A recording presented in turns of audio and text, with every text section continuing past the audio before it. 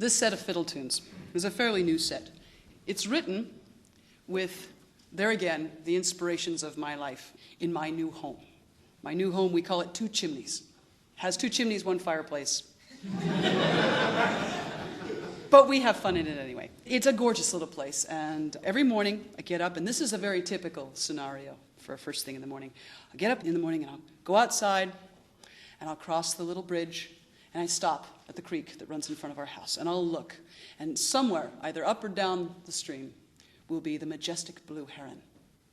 And he'll be out there standing around, looking very proud of himself, and then all of a sudden he'll dip that graceful head down, and he'll start poking under the rocks, and turning the rocks over with his feet, and poking again, and turning the rocks, and poking again.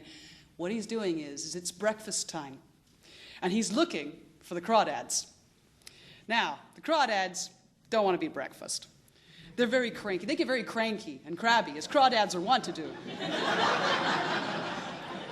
And they scurry themselves underneath, way deep underneath the rocks, and they wait. And as the blue heron will go and poke around, they'll go and tweak at his toes, while he's poking around. If he sticks his beak down there, sometimes they'll grab a hold of his beak, and he'll pull his head up, and here's a little crawdad going, ha-ha! And he'll shake his head and fling the crawdad, and the crawdad goes flying, ha-ha, I get to live another day, ha-ha, Goes into the creek again and scurries under the rocks and plays the same game. By this time, I've walked up the hill, up to the barn to let the horses out, and I'll open up the barn door, and out pops Millennium Mouser Mittens. That is our barn cat.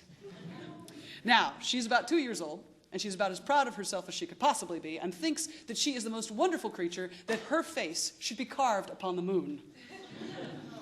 So, she will come popping out of the barn, and she'll go straight down to the creek, and go straight to the blue heron. And she'll fluster him into his 6-foot wingspan, and he'll take off. That leaves the cranky crawdads at her tender mercy. However, they will continue to do the very same game that they used to do to the heron. And I will hear the splash, splash, splash, meow, and a crawdad goes flying. So, given that scenario, these three creatures, I decided I would write tunes for them. And so the first one is titled The Blue Heron. The second one is Cranky Crawdads. And the third one is Mittens on the Moon.